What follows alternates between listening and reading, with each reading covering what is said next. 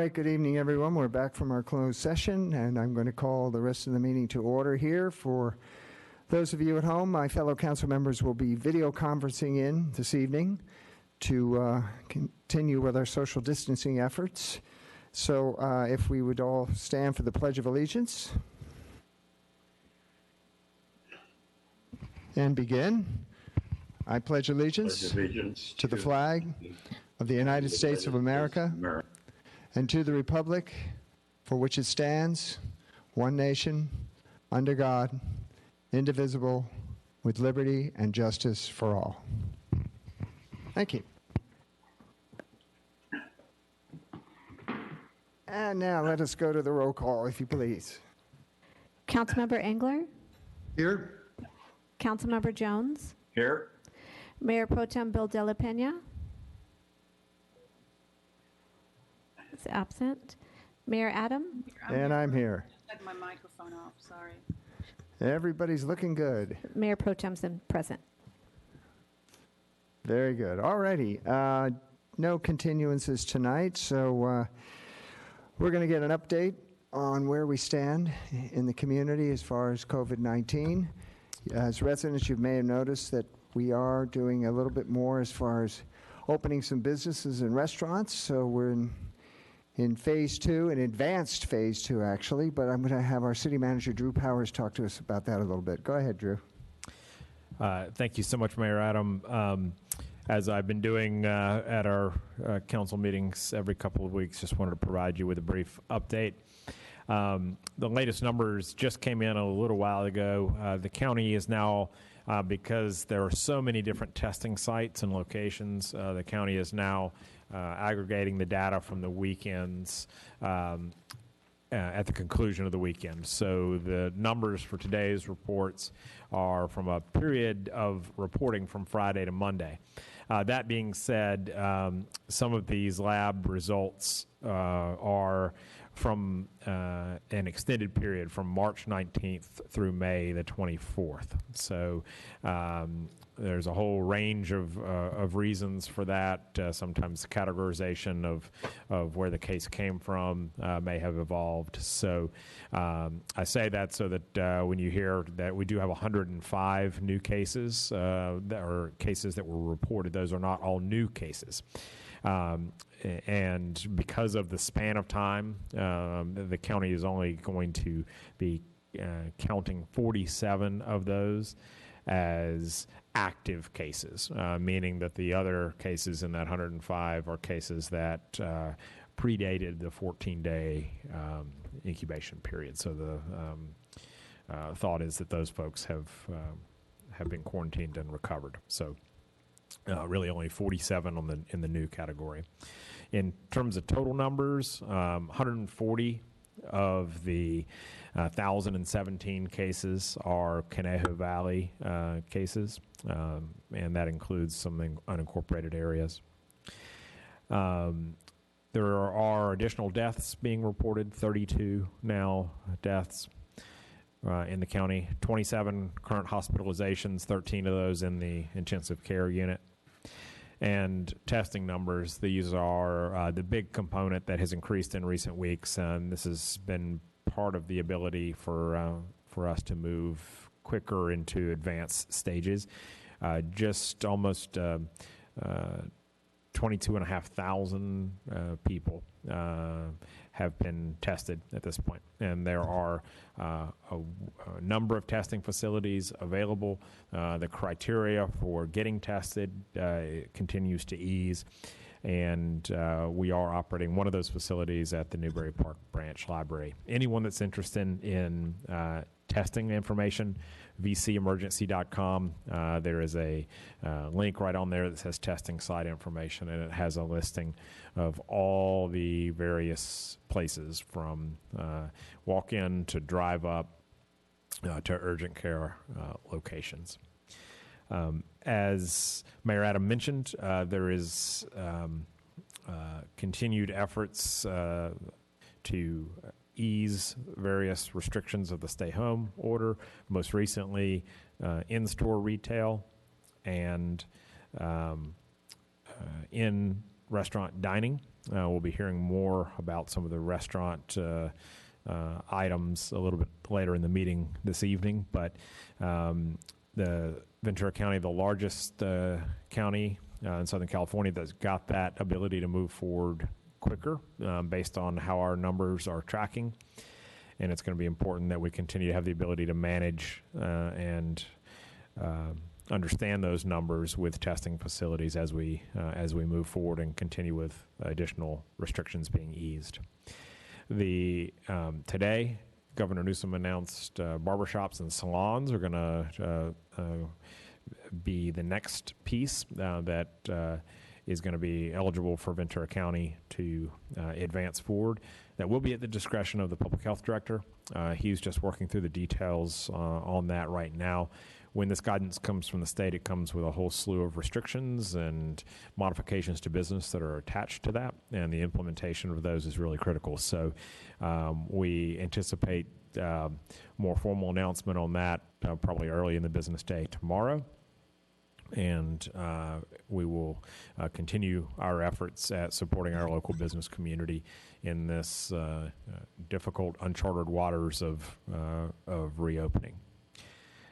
Want to just close by indicating that with these easing of restrictions, I think everyone is feeling some weight lifted from their shoulders, but it's important to recognize that we still have active virus circulating in our community. And it's important that we take reasonable, thoughtful precautions as we move about and not put all the hard work that we put into place to waste as we move into the weeks ahead. And I think we can all do that responsibly and following the guidance from health officials.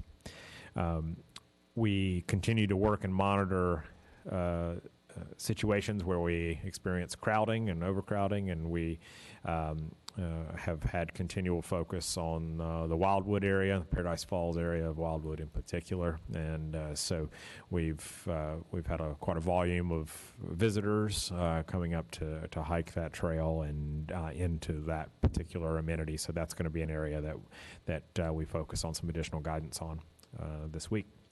So with that, I'd be happy to answer any questions from council.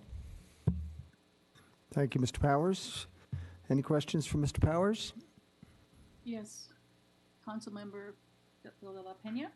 I have a question real quick about the library. I also saw that libraries are allowed to operate, and I was wondering if when our library system would be available again. So libraries are going to be allowed with very firm restrictions attached to them. A lot of it is going to be curbside pickup and drop off. We're actually working on that right now. I think we actually started today. I was looking over at Assistant City Manager Ingrid Hardy. I believe we actually started today on curbside pickup and drop off. So we've been planning for that for several weeks in anticipation of that coming forward, and we'll see continued evolution in that. The one big challenge is opening libraries to gatherings and opening libraries to places where we'll have to disinfect materials. It presents a lot of difficulties to it. So that's an area that we're going to be continuing to work on, but happy to have some services coming forth. Throughout this period, we have had the library team working on virtual story times, providing a lot of online resources. I was able to do one of the virtual story times myself. I know Ingrid was able to do one as well. It was a lot of fun. Well, the reason I was asking, I have a book to return to the library, which I had borrowed for those first 5 reading marathons. So I'm glad to hear that I can drop it off now. So thank you. And then I guess we will also hear later on tomorrow, perhaps from Public Health Director Dr. Levin about in-store retail being allowed to open, yes? Yeah, so in-store retail is allowed right now, the caveat being external facing. So internal malls are currently still an open question. So we're anticipating more guidance on that. Great, thank you. Quick question from Councilman Engler. Go ahead, Bob. Thanks. City Manager, do you have a good feel for how many businesses are now open, both retail and any restaurants that are poised to open soon? Do we have a number now, or give me a feel for how many businesses have been able to take advantage of this? So I can give you a sense on a county-wide basis because that's how we're tracking it right now. We have had about 4,000 registrations already since that has come forward. In order to reopen, you got to go on and fill out a quick little form on VC Reopens and vcreopens.com, and that gives us the ability to know that you are reopening and that we need to come out and pay you a visit to make sure we've dropped off the necessary information to you. So about 4,000 businesses on a county-wide basis, and that number is evolving literally by the hour. I'm sure that there's the word of mouth is pretty strong on this one. Is the city doing anything to do outreach to the business community to make sure that everybody knows? Absolutely. Through all of our various social media channels and our website, our economic development team is reaching out directly to a lot of the larger center owners and operators, working with the Chamber of Commerce and working to get that word out. Thank you very much. Ed Jones here. Go ahead, Councilmember Jones. Yeah, I'd like to ask the city manager, what is the line of command? Do we take orders from the county and they take orders from the state, or how does it work? That's exactly right. In a public health emergency, the state has established the state stay-at-home order. Counties being an arm of the state, the public health officers in each of the counties report through the public health network at the state level, and they implement that state guidance. Now, in this particular instance, they have allowed counties some level of flexibility, recognizing how different various California counties are. And so we also have a local order here that fits within the umbrella of the state order, but has some uniqueness attached to it that is unique for Ventura County. And that's the case for many counties in the state. So all of the cities within the county are operating under that order, and that's why we've been on almost daily coordination calls since the outset of this crisis. It's my understanding there are approximately 5 stages, and we're, I think, in the second half of stage 2. Is that where we are now? Yeah, it's a continual open question as different aspects of the phases get rolled back at different times. But I think we in Ventura County appear to be towards the latter stage of stage 2, moving closely into stage 3. Salons and barbershops, for instance, had originally been classified in stage 3. So it's just a matter of understanding where the phase breaks are going to come going forward. I think what's happening is that they're, rather than taking putting arbitrary lines on different sectors, they're trying to make calculations on when openings are appropriate based on the guidance that they can develop to ensure safety.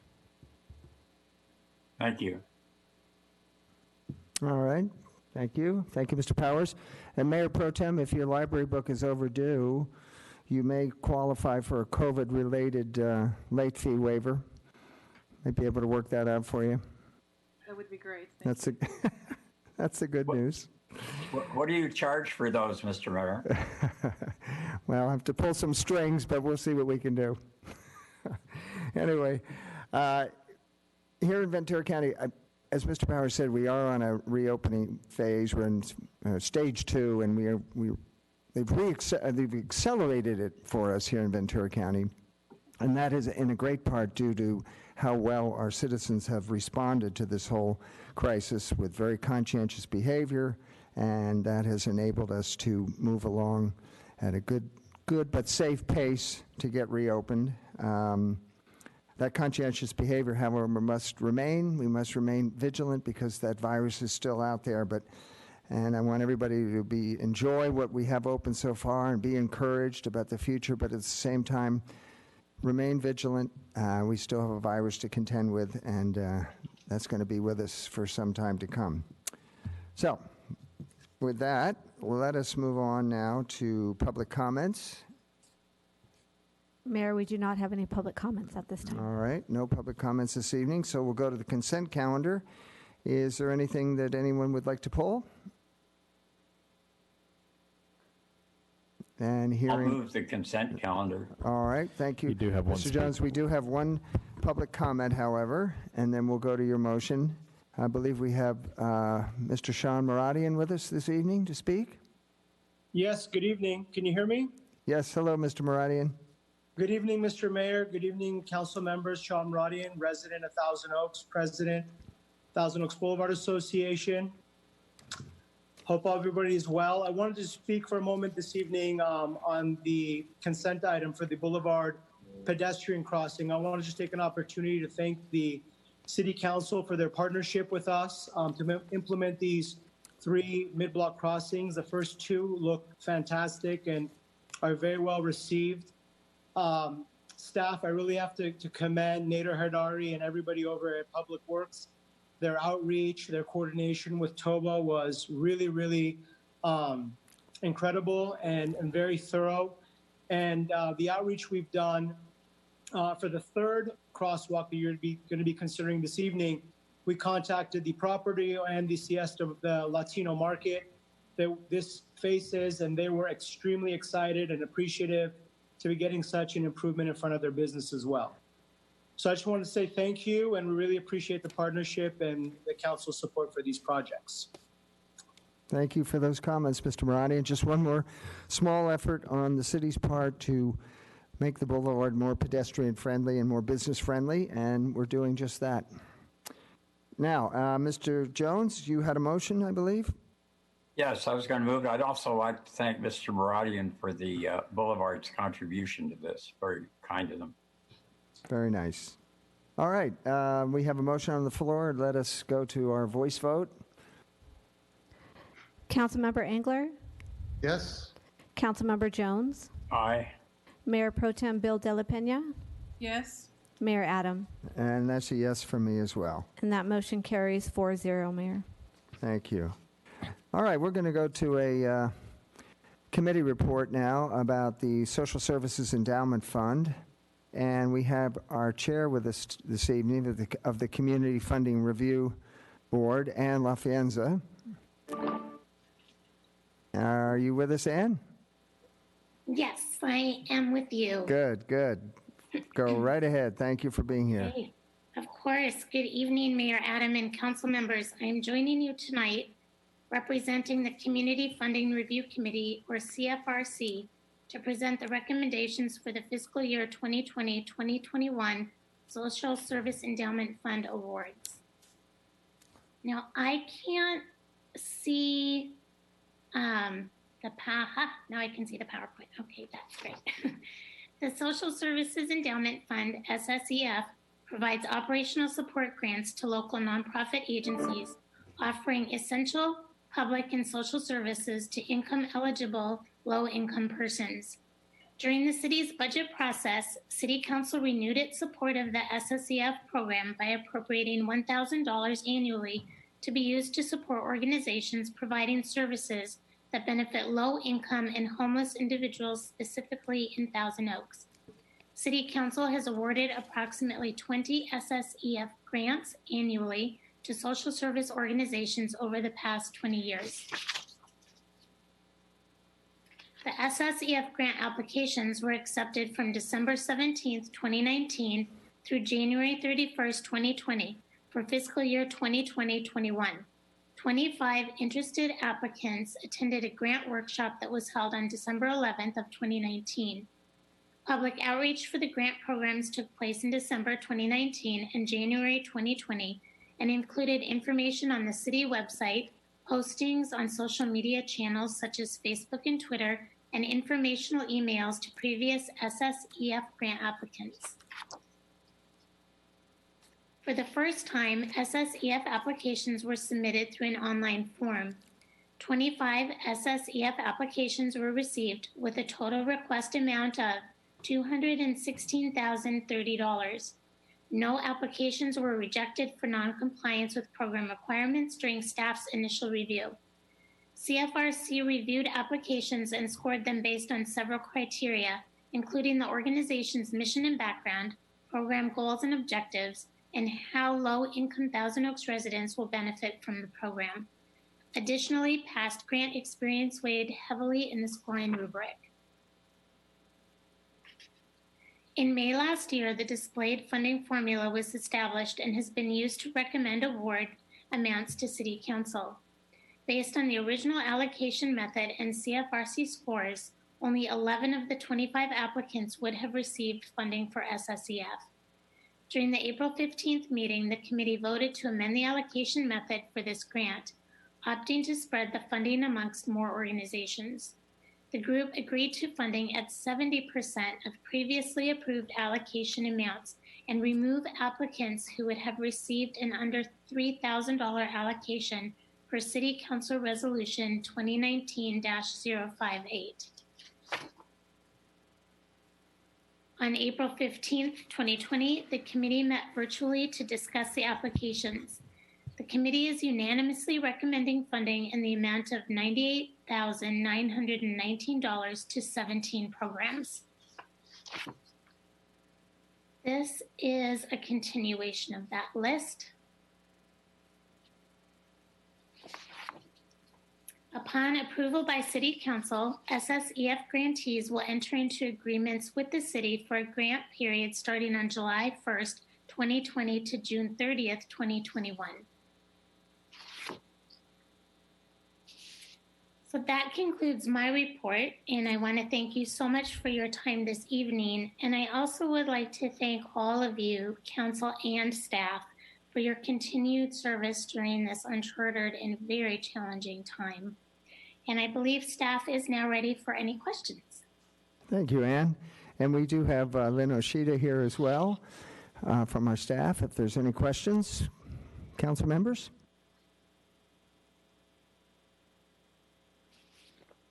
All right. I have a question. Ah, there we are. Mayor Pro Tem, go ahead. Yes, thank you. The applications were all received before all of this happened. And I'm wondering whether needs have changed and whether that has any impact on our decision today.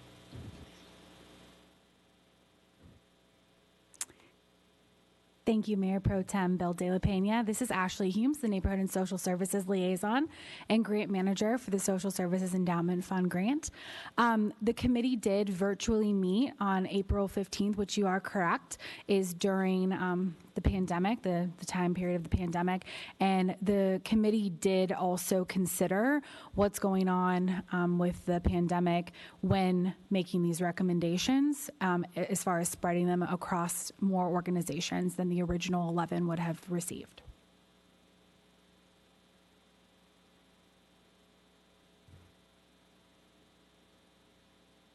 Mayor Pro Tem?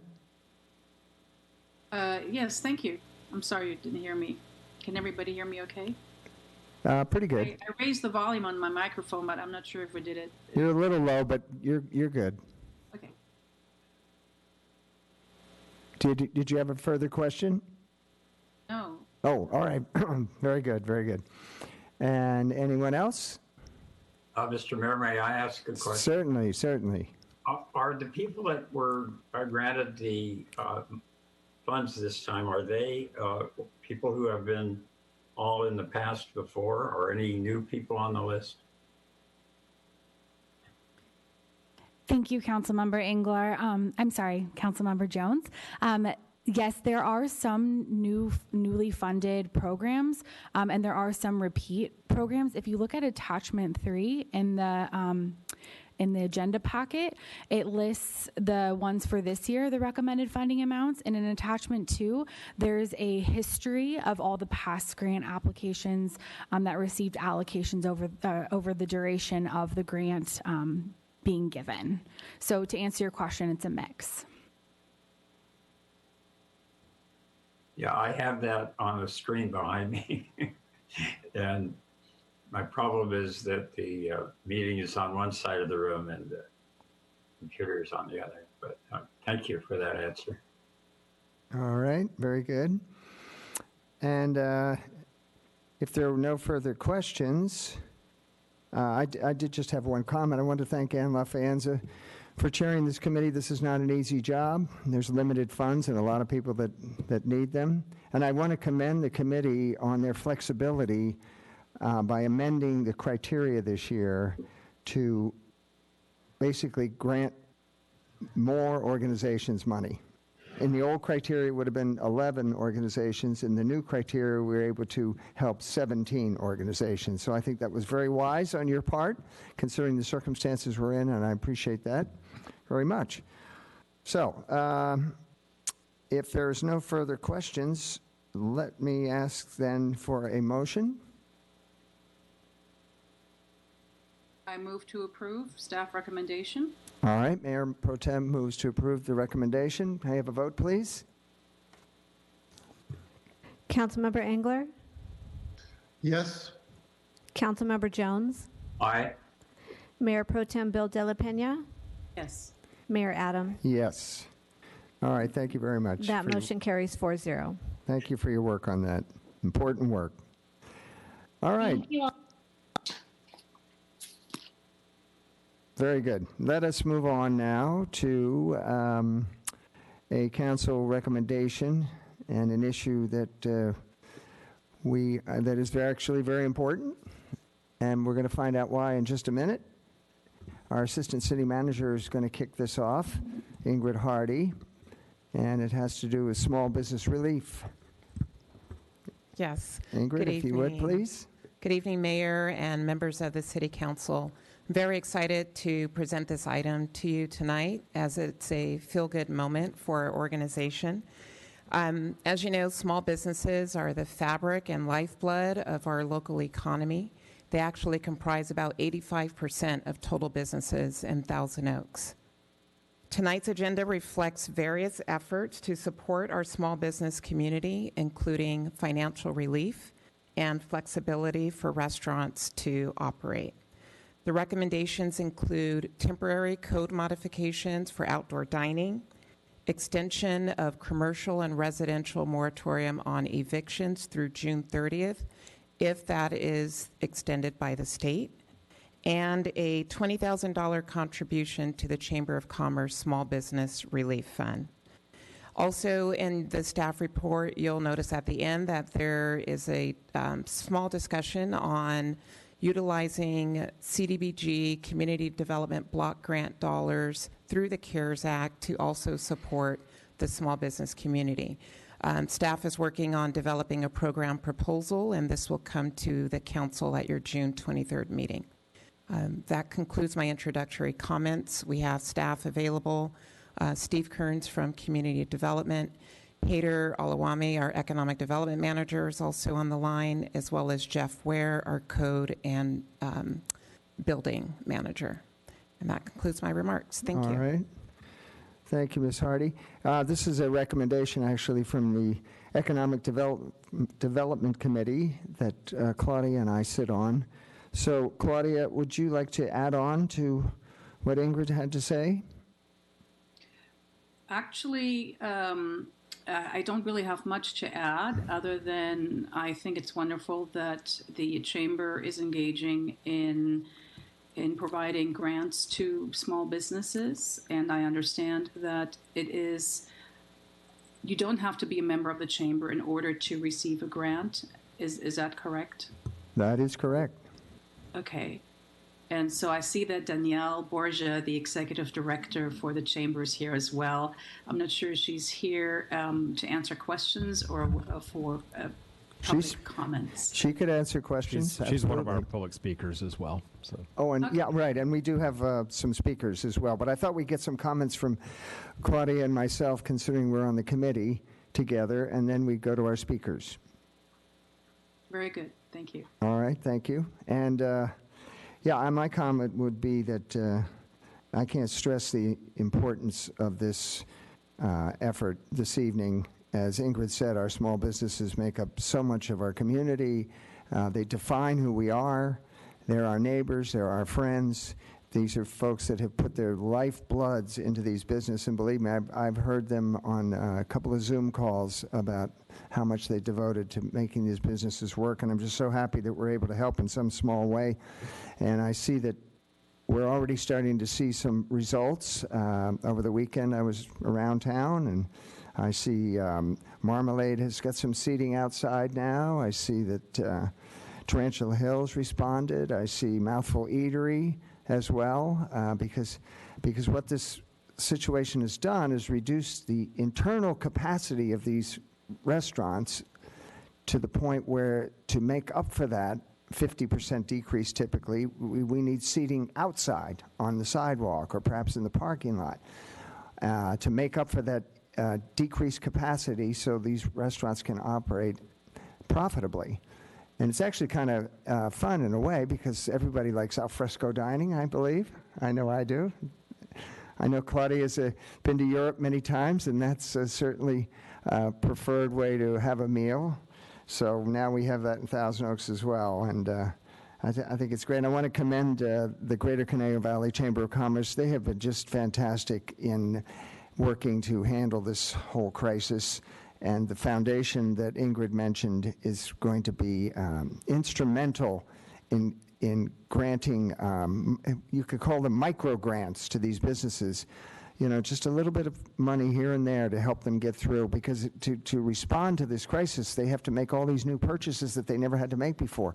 New tables, new barriers perhaps, new shields, new hygienic equipment, and it all costs. So the Chamber, with their foundation, stands ready to help there. So I think that's just great. And I just briefly like to remind everybody to support your local businesses, stay here in town, buy local, go to our local restaurants. Now more than ever, they need your help. And for any business that's bidding to sell the city something, let us not forget that you have a preferred track as a local business to be able to meet a bid here and supply the city with anything that we need.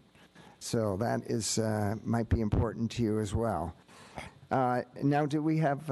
Well, of course we have some speakers, and yes, and let's in fact go to our speakers. Why don't we start with Andrew Pletcher?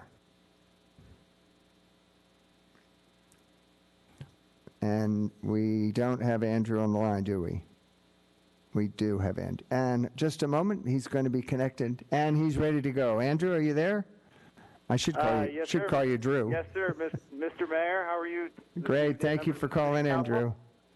Of course, my pleasure. I just wanted to call and voice my support for the small business package in front of you this evening. I think in terms of, as a business owner with a business on the Thousand Oaks Boulevard and a member of the food and hospitality industry, I think this is a fantastic idea to allow our industry to spill out onto the parking lots and the sidewalks and really expand our space. I can tell you, as a member speaking to many of our small businesses throughout, we are committed to abiding by all state and local regulations, and it really just is a matter of we're so happy that the local government has come back and said they're willing to work with the small businesses. So I want to just encourage the support and thank you and the council for hearing me tonight. Thank you. Yeah, Drew, stay on just a moment. Tell us what business you own and operate on the Boulevard. Sure. I'm one of the owners of Oak and Iron, the craft cocktail bar right on Thousand Oaks Boulevard, right next to Chocolatine and Badass Tacos, right near the Hampshire and Thousand Oaks Boulevard intersection. That's what I wanted to hear. And do you think you'll be able to take advantage of some of the outdoor seating that we're going to vote on tonight? Certainly, and I'll tell you why. Is our footprint is very tiny. Our upstairs space, a majority of it is an actual bar. And if you look at the state regulations, we're not allowed to have that section of our business open. So that essentially would leave us with about 36 square feet of space if we aren't able to get this passed tonight. Through your passage and through our cooperation with our landlord, we were able to expand and possibly look at expanding out to 6 or 7 tables in our back parking lot, which is which is huge. It basically allows us to have the exact same seating as if we were a fully operational business. I see. Now that's what I'm talking about. Under the current regulations, you'd be down to 36 square feet of business space, but what we're going to propose here this evening will give you 6 or 7 tables outdoors that you don't have now that could make all the difference to your operation. Isn't that right? Yes, Mr. Mayor, we have the possibility with the regulations of getting 36 additional people safely distanced in our back patio, fully able to take advantage of all what our business and what the local businesses around us have to offer. Well, that's great. I'm sure when you called in, you didn't know you were going to be interviewed, but you have a great business, relatively new to town, and I wanted you to tell us a little bit about the situation because I think it represents what many businesses are going through. And I really appreciate you being here and commenting tonight. Thank you, Drew. Of course, sir. Thank you, and thank you again to the council. All right. Good night. Thank you. All right, let's go to Danielle Borgia. Danielle's the CEO or president of the Greater Conejo Valley Chamber of Commerce. Danielle?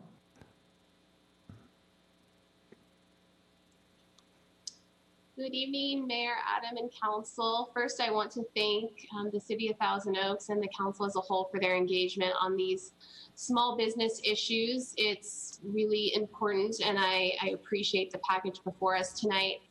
Just as Drew spoke about, I know that a lot of our restaurants are excited about this opportunity to expand their outdoor footprints and create more seating. This al fresco dining, I think our residents are really going to enjoy it as well, honestly. We're finding that a lot of people are just more comfortable outdoors at this point. And so this will really allow the businesses to expand their footprint and create a unique guest experience at the same time.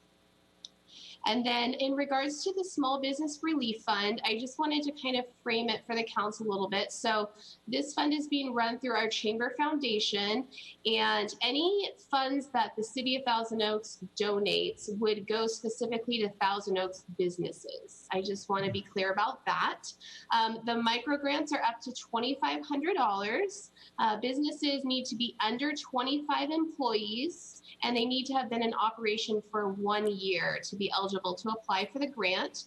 And we've received grant applications from a variety of different industries, from preschools, interior design firms, restaurants, salons. So we're talking about requests really across the board as far as industry. And this could be as simple as paying for PPE. It could be to help with their rent, to help with payroll, whatever kind of, they have to specifically note in the grant application what they want to utilize those funds for, up to $2,500. So we're really just thankful that the city has put this on the agenda tonight to consider, and I'm happy to answer any questions in regards to, the process or, the foundation board is the one who decides typically who the grants will eventually go to after all the applications have been submitted. All right. Thank you, Danielle. Thank you for those clarifications. Mayor, I had a quick question, Councilman Engler. Certainly, go ahead. Yes, Danielle, thank you for what you're doing to help out the community and your continued work. I have one quick question.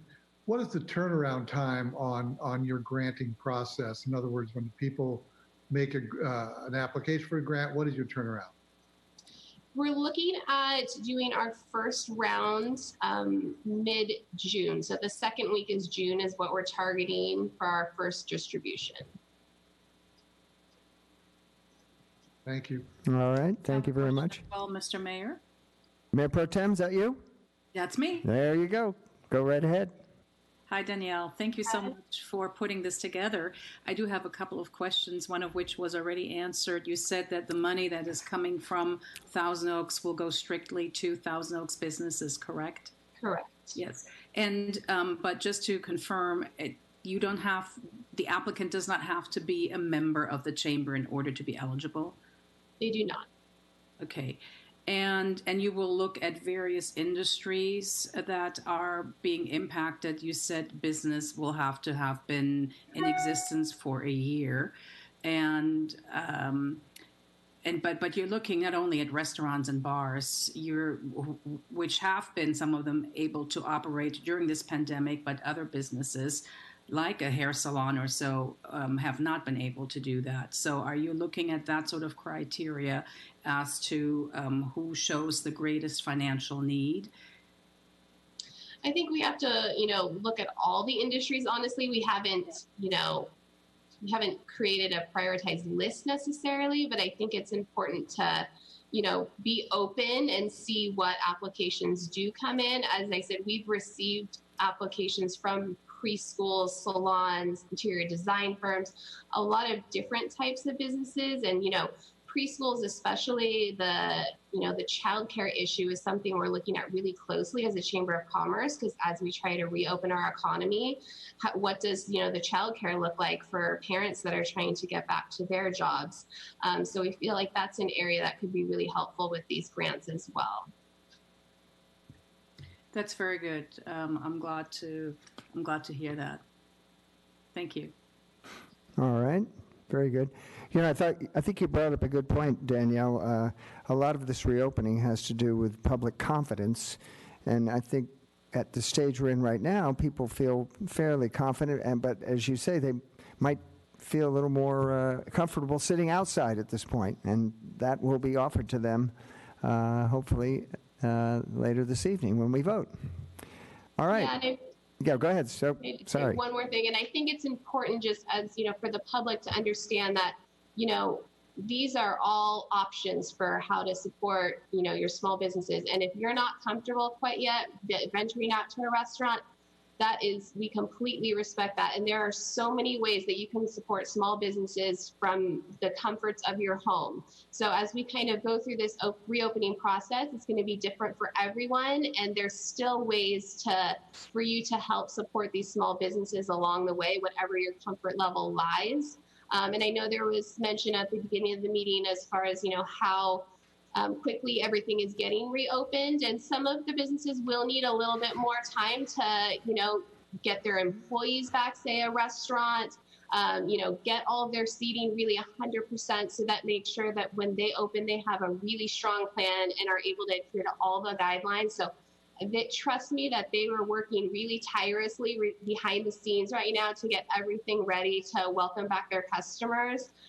They're just, some of them are just want to make sure they have every little dotted I and T before they create that experience for their customers. Thank you, Dan. It's happening. What was that? Mayor, I have one more question. Mayor Pro Tem, go ahead. Thank you. And the question is, how are you or the chamber reaching out to business owners, small business owners, to let them know that these grants are available to them?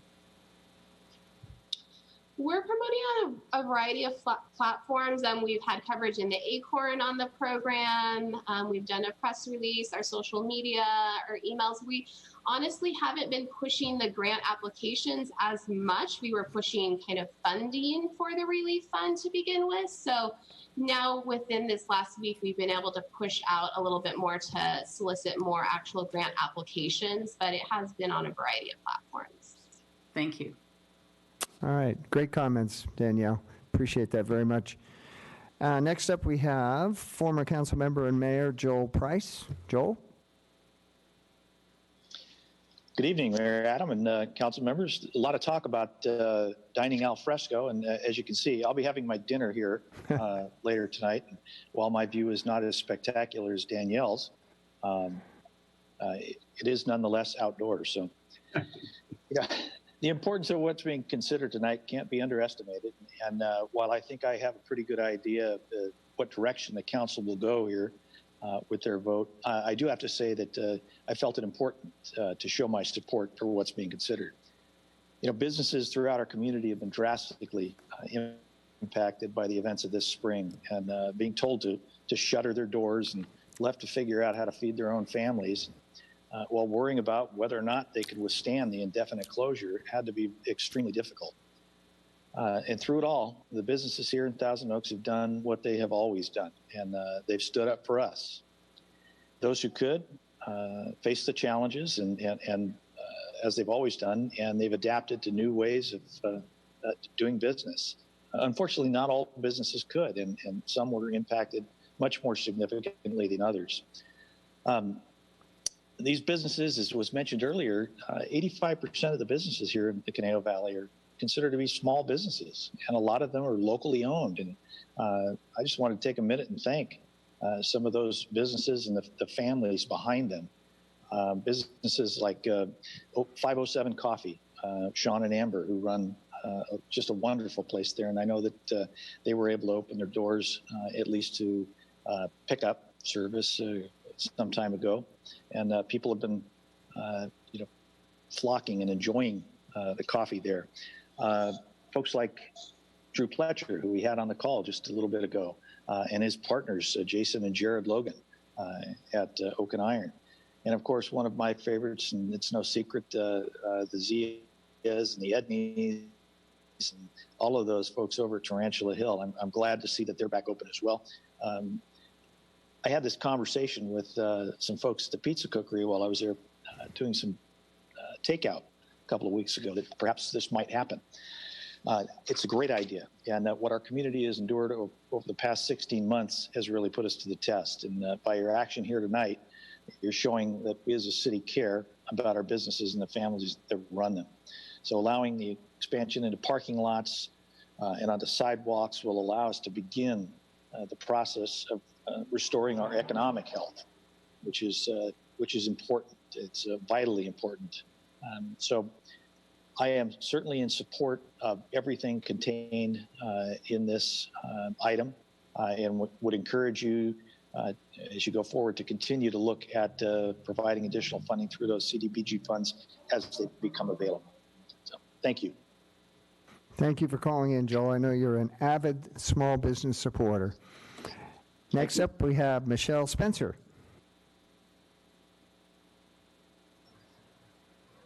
And we'd be just a moment.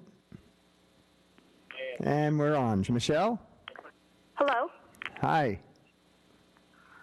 Okay, my concern with the pandemic and the closing of our businesses and the never-ending stay-at-home order, I'm just curious as to when the legal definition of an epidemic or a pandemic, which we are not under anymore because we flattened the curve.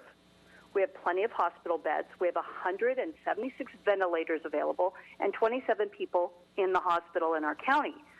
So my concern is, now that we have flattened the curve and we are done with the epidemic, what legal standing are we under a state of emergency?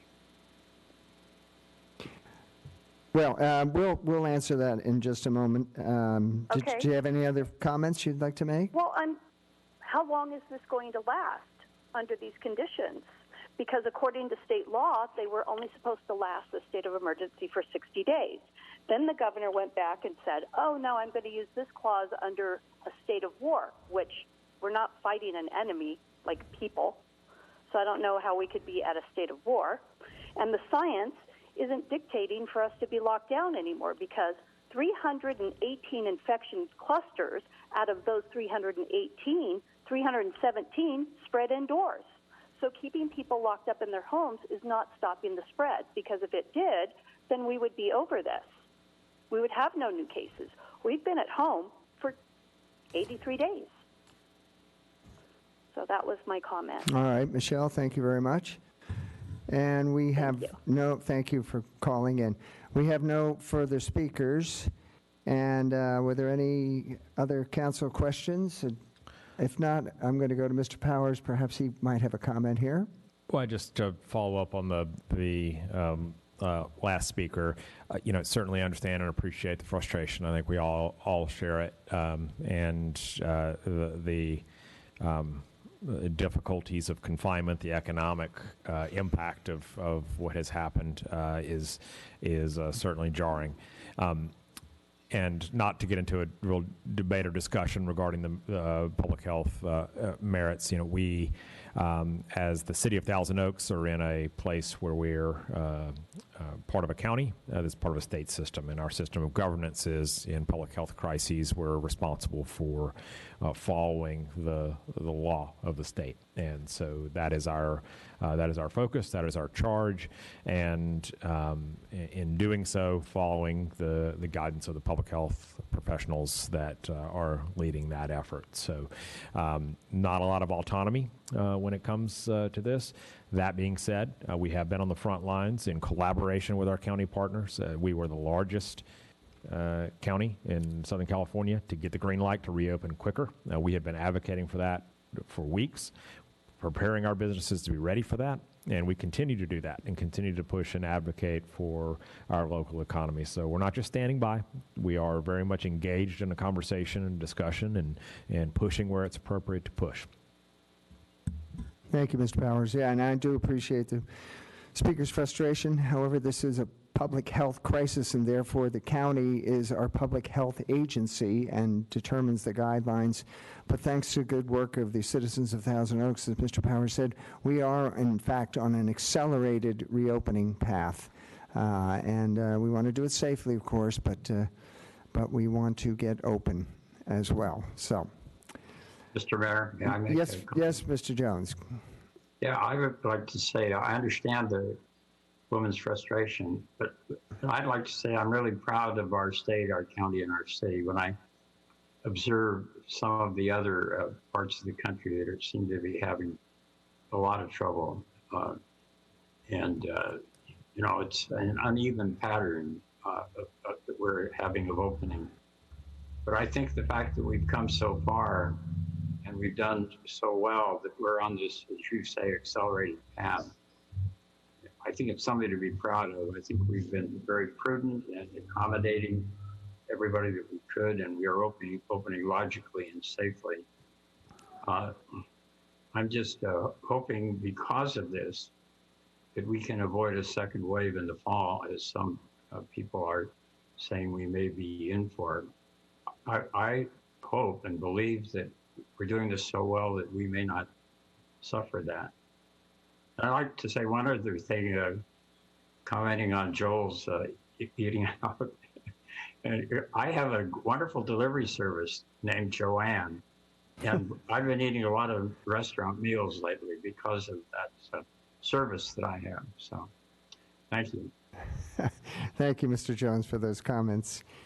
And we're going to wrap. This is Bob Engler. Mr. Engler, go ahead, please. Just a question for staff, if I may. Of course, this is great news to have this reopening of certain businesses and everything. I'm sure there'll be more coming down the line. Is there a way? This is wonderful that we can talk about this at council, but it does delay it a little bit. Is there a way to have the staff grant some of these other businesses as the county opens them up rather than come back to council? Happy to answer that. Great question, Councilmember Engler. Executive order. The fact is we actually do have the ability to do that and via executive order.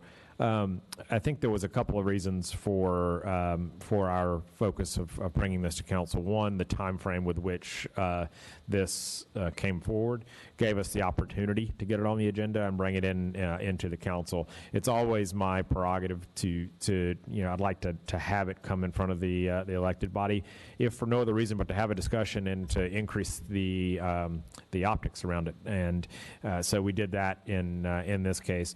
Going forward, I think there's a lot of different configurations that we will have the ability to manage administratively. And that includes potential support that will be needed for salons and gyms and other retailers throughout this the months ahead. So we also know we're going to have to adapt. The guidelines and regulations are going to evolve, and so we're going to need to be in a place to adapt to those. So we do have that flexibility. We just felt, given the timing around this one, that it was a good opportunity to bring it before the council, especially because we knew we were bringing a suite of other items, including the small business support contribution request. Thank you, Mr. Powers. Thank you. All right, and I would just say that before we vote, Washington, D.C. is a long way from here, and so is Sacramento. But here in Thousand Oaks, we know best about what our local businesses need, and what makes me most happy about what we're voting on tonight is that this is locals helping locals. This is our community helping people in our community. We're shaping our own destiny. We're coming up with new solutions for difficult problems that we never thought we'd have. It's creative, and I'm very happy that we have this in front of us tonight. So, with that, if any further... I will move approval of recommendations if there are no further questions. All right, very good. We have a motion from Mayor Pro Tem Bill de la Pena, and I'll call for the vote, please. Councilmember Engler? Enthusiastic aye. Councilmember Jones? Yes. Mayor Pro Tem Bill de la Pena? Yes. And Mayor Adam? And that's a yes from me as well. And that motion carries 4-0. All right, very good. Some important work there. And that's going to do it for our agenda tonight. I'm going to go to our city manager to see if he has any follow-up items. Just an update that our next regularly scheduled council meeting is slated for June the 9th. Hard to believe we're already in June. The agenda is still taking shape for that meeting, but we're looking at one potential public hearing, a TEFRA hearing, appointments to the Youth Commission, and a series of department reports ranging from calling the general municipal election for this November to some municipal code amendments on shifting to objective standards in our community development department, and insurance renewal authority. That's all. All right, thank you, Mr. Powers. All right, with that, just remember, folks, support your local businesses, buy local, help your community, and we have a great one. And with that, I'm going to adjourn the meeting to June 9th.